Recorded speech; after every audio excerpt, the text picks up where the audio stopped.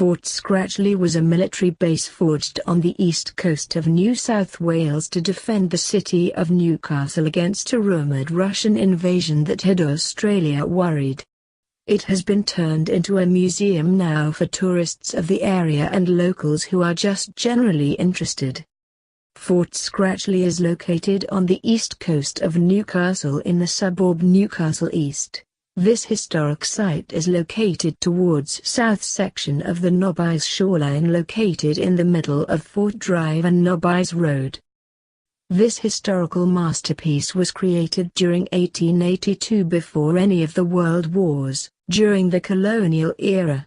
This fort was created because of the fear that the Russians would attempt to take over Australia. However, there were no Russians. Instead, the Japanese sent a submarine towards Newcastle and shelled it. At this time, Fort Scratchley fired its disappearing gun at the submarine. However, the submarine fled and escaped, not destroyed. Luckily, during the shelling of Newcastle, no one was killed.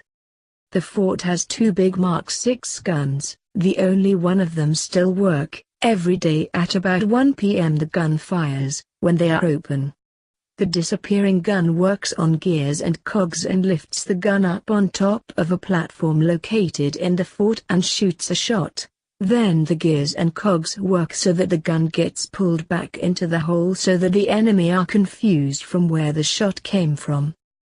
During the times when Fort Scratchley was just an abandoned building on a hill, several thieves and vandals entered the fort and stole all of the copper piping that was originally used for communication throughout the Fort Scratchley tunnels.